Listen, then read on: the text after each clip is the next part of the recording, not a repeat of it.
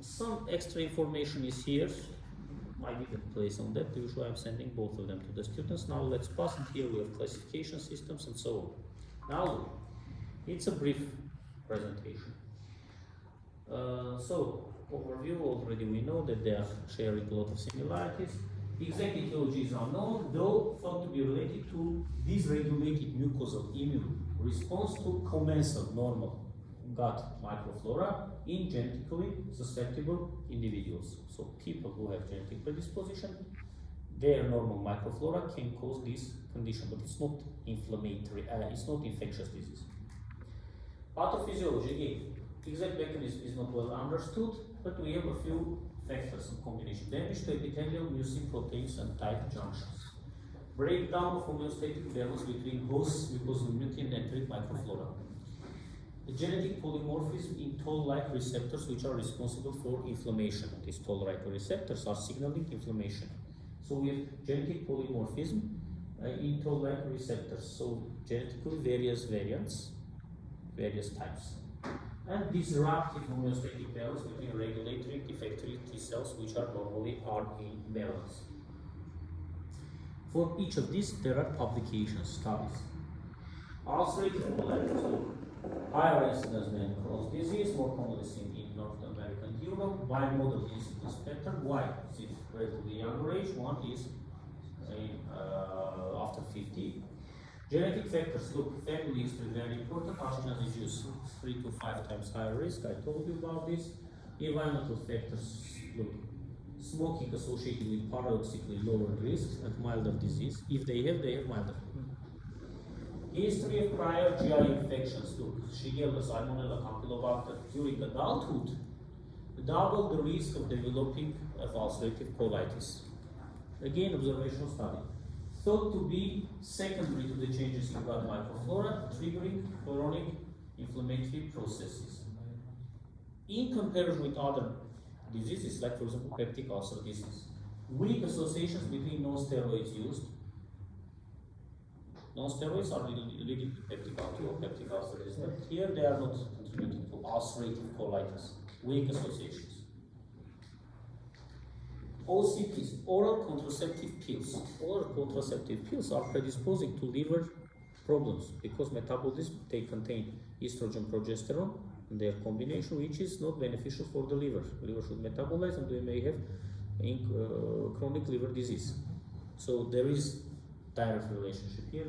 No data supports psychological stress as trigger for onset or relapse, as in IBS, irritable bowel syndrome, which is functional. In dyspepsias, I spoke a bit about this.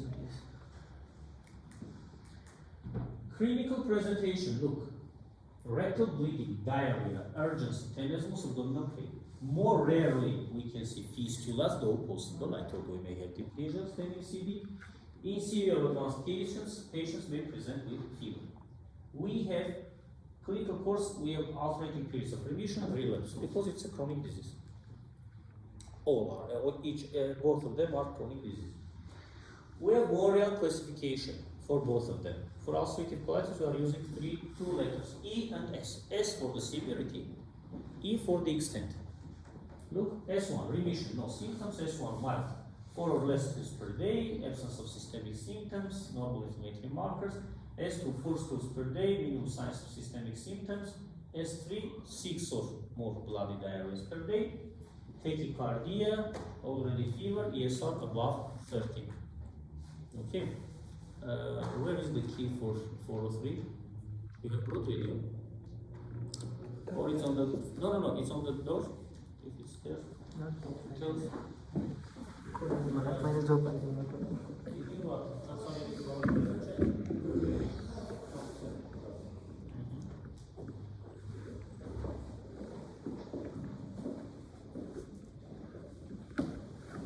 So, common presenting symptoms include rectal bleeding, diarrhea, as we have spoken about.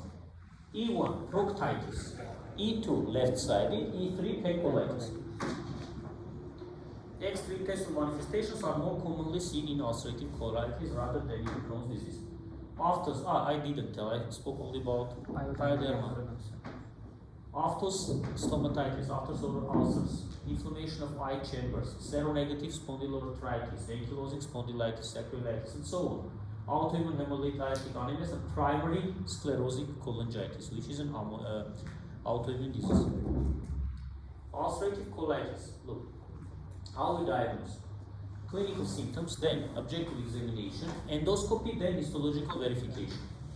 Initial workup must rule out infectious and non-infectious causes of diarrhea. That's why. Endoscopic features, look, loss of vascular pattern, erythema, granular and friable mucosa, erosions, ulcerations, and spontaneous bleeding signs.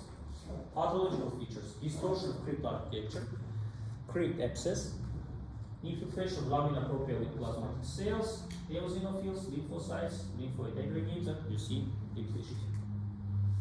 And treatment should be tailored to disease activity and extent of disease activity. 5-ASA drugs, immunosuppressants, and biological demands. It's not important for you now for 30 years. Let's go. Surgery. Now look, very important. Surgical treatment, up to 30% of cases rarely, is curing in comparison with Crohn's disease. I'll tell you. Which variants we may have? We may perform emergency, urgent, and elective surgery. Emergency, if we have life-threatening complications related to fulminant. Fulminant means like a lightning, very brief period and very severe fulminant disease, which is unresponsive to standard conventional medical therapy. Urgent, severe disease admitted to hospital and not responding to intensive medical treatment. And elective, if patient refractory disease has refractory variant and intolerant to long-term maintenance treatments or colorectal cancer. So these are the areas. And look, prevention screening, risk factors for colorectal cancer, duration and extent of the disease, endoscopic and histologic severity of inflammation. Look, 2% of patients after 10 years, 8% after 20 years, and 18% after 30 years have colorectal cancer. So that's why, duration. Screening colonoscopy beginning at 8 years after disease onset. Following initial colonoscopy, subsequent screening depends on the extent of the disease. Look for proctitis, specific age guidelines, left-sided colitis every 1 to 2 years, with primary sclerosing cholangitis annually from time of diagnosing of primary sclerosing cholangitis. Crohn's disease. Family history is one of the strongest risk factors. Here, smoking is a risk factor. Sedentary lifestyle is a risk factor. Immobilization, exposure to air pollution, consumption of Western diet, so fast food, is a risk factor. But it's not that it is leading to this. Western diet may lead to metabolic syndrome. There is direct relationship because it is leading to obesity, insulin, glucose intolerance, insulin resistance, glucose intolerance, type 2 diabetes mellitus, and arterial hypertension. Crohn's disease often occurs after infectious gastroenteritis. Infectious factors play a role, but it's non-infective disease, like a trigger. Clinical presentation. We have Morel classification for this, L and B letters. Dear friends, we are speaking all the time. In 5 minutes we finish, maximum. I understand that you are tired. Imagine that before you I had 2 lectures. So, B classification defines phenotype. B1, without stricture formation, is non-penetrating disease. B2, if we have strictures. B3, penetration. B3P, perianal penetration, when I told you it's like paraproctitis. L1, disease, internal ileum. L2, colon. L3, ileum and colon. L4 plus L3, L4, disease, upper GI tract. L4, L3, upper GI tract and distal disease, because we have skipped lesions, that's why distal lesions. Unlike ulcerative colitis, Crohn's disease can affect any part, any portion. Commonly presenting symptoms, look, abdominal pain, bloody watery diarrhea, incontinence, fistulas, perianal symptoms, extracolonic manifestations, aphthous ulcers, dysphagia, upper abdominal pain and vomiting. And patients may have history of other autoimmune disorders. Here we may use biomarkers, especially for Crohn's disease. CRP, high level, C-reactive protein, lactoferrin, and calprotectin. Biomarkers. Clinical diagnosis based on histopathological findings with objective findings from history and laboratory studies. As with the previous disease, yes, ulcerative colitis, we should rule out important non-infectious causes. For example, maybe IBS, maybe Behçet's syndrome.